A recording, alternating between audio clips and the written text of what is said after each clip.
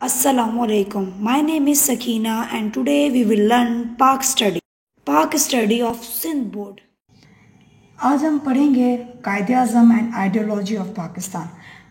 पहले हम लोगों ने टॉपिक पढ़ा था आइडियोलॉजी ऑफ पाकिस्तान के पाकिस्तान बनने के पीछे जो नज़रिया था उसके बारे में, लेकिन आज हम पढ़ेंगे कायदे आज़म एंड आइडियोलॉजी ऑफ पाकिस्तान। जो इसके अंदर हम पढ़ेंगे कि कायदे आज़म का नज़रिया पाकिस्तान क्या था।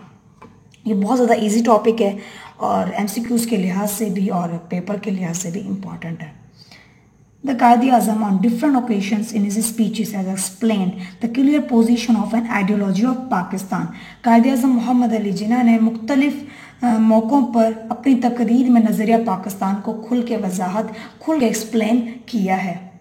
In this March 23, 1940 speech before the historical session of the Muslim League, he very effectively and convincingly present his two-nation theory. Islam and Hinduism are not only two religions, but in reality are the two distinct social systems. Therefore, the desire that the Hindu and Muslim will form a single nation shall be a very masterful dream. I say this is unambiguous words that they belong to two different civilizations. On the basis of both these civilizations rests on which concepts and realities which are conflicting and contradictory. अब यहाँ पर यह है कि कायद-ए-आज़म ने मुख्तलिफ मौक़ों पर नज़रिया पाकिस्तान को एक्सप्लेन किया है कि पाकिस्तान बनने के पीछे क्या नज़रिया है, क्या आइडिया है। ठीक है, अब 23 मार्च 1940 ये आप लोगों को लाइन याद रखनी है कि मुस्लिम लीग का जो इजलास हुआ था वो दो नज़रिया टू नेशन थ्योरी, ठीक है, उसके ऊपर जो मतलब बहुत खूबसूरत अंदाज में कायद-ए-आज़म ने बयान किया था। अब इस्लाम और इन्होंने ये एक्सप्लेन किया था कायद-ए-आज़म मोहम्मद अली जिन्ना ने कि एक जगह पर हम इस्लाम की बात करें और हिंदू की बात करें, ये दोनों डिफरेंट रिलीजन है, आप लोग भी जानते हैं, लेकिन कायद-ए-आज़म के मुताबिक वो ये कहते थे कि ये दोनों सिर्फ और सिर्फ दो डिफरेंट रिलीजन नहीं है, बल्कि हकीकत में इनका जो सोशल लेवल पर माशरती निज़ाम जो है वो भी इनका बहुत ज़्यादा सोशल सिस्टम जो है, मतलब इनका जो ये देखें लिखा हुआ है सोशल सिस्टम्स, जो वो भी इनका बहुत ज़्यादा डिफरेंट है, यानी कि इनका माशरती सिस्टम है वो भी बहुत ज़्यादा चेंज है। अगर आप लोग ये ख्वाहिश रखते हैं, उन्होंने सबको कहा कि अगर आप ये ख्वाहिश रखते हैं या आपका ख्वाब है या आपका ख्याल है कि हिंदू और मुस्लिम मिलकर एक कौम को बना सकते हैं, एक कौम को तख्लीक दे सकते हैं, तो ये तो मैं साफ अल्फाज में ये बात कहता हूँ कि ये ख्याल रखना और ये सोचना ये जो है एक ज़िद है जो कि कभी पॉसिबल नहीं हो सकती। अब आगे पढ़ते हैं। The Qaid-e-Azam emphasized that the Muslims were not a minority in South Asia, but were a separate nation and wanted a separate homeland for them. Quaid-e-Azam Mohammad Ali Jinnah ने मतलब के साफ अल्फाजों में, वाज़े अल्फाजों में मुसलमान जो जनूबी एशिया में रहते थे इन्हें कह दिया, मतलब कि ना इनको क्या मतलब सबको कह दिया कि हमें अगर इन दोनों कौमों को अलग करना है, हिंदू और मुसलमान को, तो इनको अलग अलग मुल्क देना होगा। In 1943, addressing the Muslim League meeting in Karachi while stressing upon the need of referring to the Holy Quran, he clarified what is the relationship by which all Muslims became one body.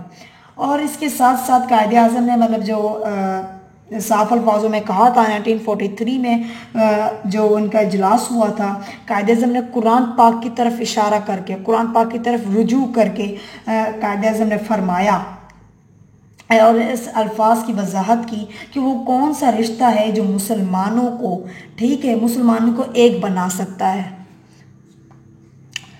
What is the bedrock on which stand the building structure of its millat?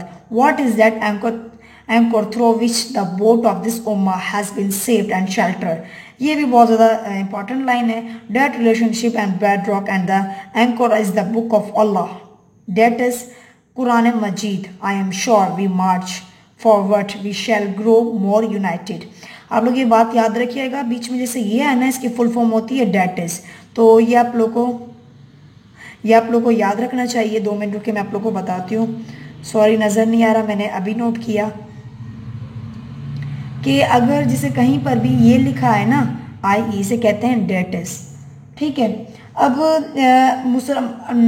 वो कायदे आज़म ने ना ये अल्फाज कहे कुरान पाक की तरफ इशारा करके कि अगर अगर मुसलमानों की बात करें तो वो कौन सी मतलब इमारत होगी जो उनका जो उन्हें मतलब मिला सकती है, या फिर वो कौन सा लंगर है जिसकी वजह से उम्मत की जो कश्ती है वो महफूज हो सकती है। तो उन्होंने कहा वो रिश्ता, वो चट्टान, वो लंगर खुदा की किताब है जिसका नाम क्या है, कुरान पाक, कुरान मजीद।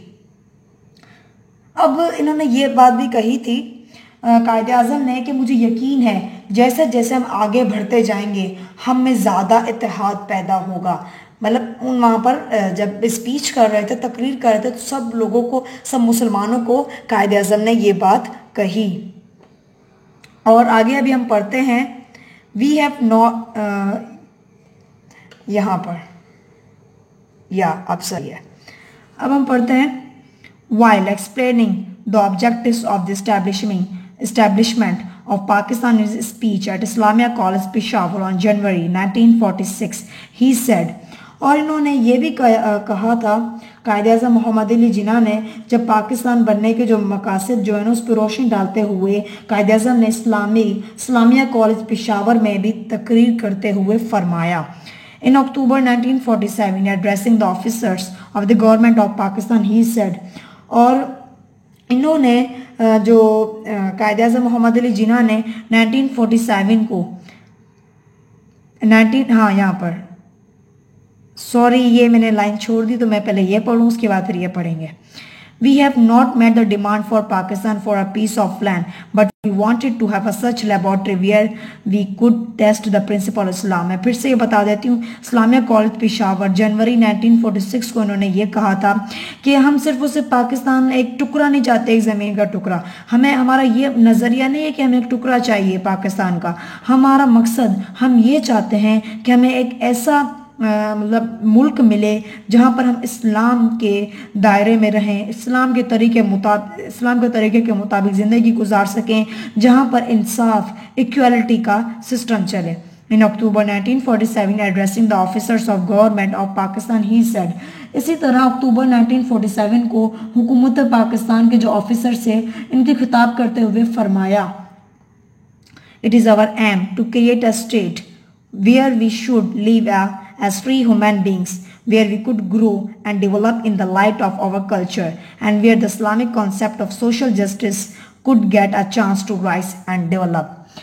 इन्होंने ये कहा कि जो मतलब कि हमारा मकसद है, हमारा जो एम है, यानी कि हमारा जो गोल है, हमारी जो विश है, वो ऐसी मुमलिकत यानी कि ऐसा मुल्क बनाना, ऐसे मुल्क की तख्लीक करना है जहाँ पर हम आज़ाद इंसानों की तरह रह सकें, जो हमारी तहजीब और जहाँ पर हमारी तहजीब, हमारी सकाफ़त जो है वो हो, और इसके साथ साथ हम ऐसा माशरा कायम करें जहाँ पर इंसाफ हो और जहाँ पर जिस तरीके से हम रहना चाहें हम रह सकें, यानी कि वहाँ पर किसी का ज़ोर ज़बरदस्ती ना हो, या फिर जैसे अंग्रेज़ों की या फिर हिंदुओं की गुलामी हम ना करें।